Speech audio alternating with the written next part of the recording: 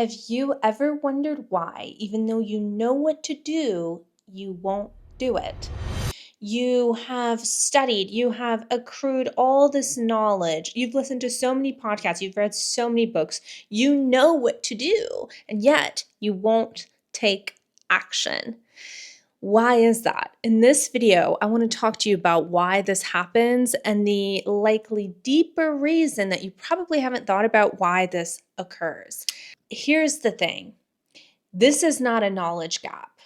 You have accrued enough knowledge, and yet you struggle to start. Every time you think about doing the thing, whether that's applying to that degree, talking to the person you want to talk to, going after the job you want, maybe, starting a new side hustle, whatever it is, when you think about doing that thing, you might take a few steps forward, but then you halt, you stop. Why does that happen? You might even buy the gear, buy the clothes, take steps towards that and make the plan. But when it comes to actually executing, things come to a halt, a screeching halt, and you're not able to move. You might even take a few steps towards that action, and then once it doesn't pan out, you quickly reverse and stop.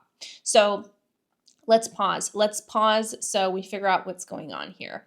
Most people will tell you that this is because of procrastination or avoidance, you avoiding your feelings or procrastinating on what to do, right? And they're right. That's definitely part of it.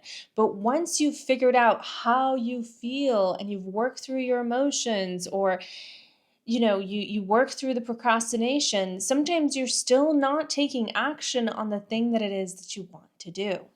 You may be sitting there overthinking it. You may be telling yourself you're not ready yet and you just need more practice. You need more this or more that, and so on and so forth. When a part of you actually knows that you're lying to yourself, there's a part of you that knows that you are actually lying to yourself and that you don't need anything else to get started or to take action on what it is that you want to do. So what's the problem here? What's the issue? Why can't we get going and do the thing? I'll tell you why it is. There's a deeper reason underneath the procrastination, underneath the avoidance and all of that, because that's just the tip of the iceberg. The deeper reason is this. The one reason, the main reason that you aren't executing on the things that you want to do is because you don't trust yourself.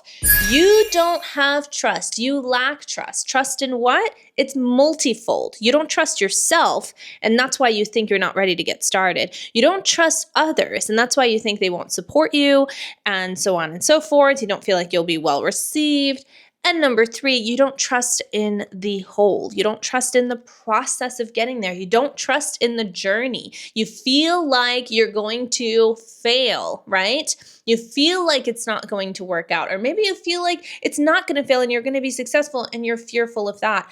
Either way, it's an issue of trust. You don't trust that you'll be able to handle whatever it is that happens. You don't trust that other people will be able to handle how you show up and what happens as a consequence of that.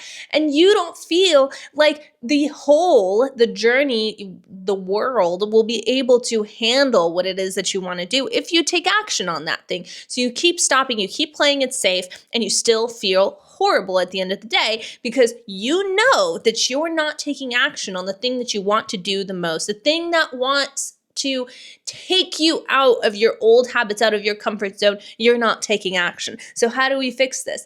I'll tell you in part 2. Subscribe for part 2 and we'll talk about that because I do want to help you with this. Hi, I'm Zara. I have 3 degrees in psychology and I'm a resident in therapist. It's nice to meet you, and I'll see you at the next one.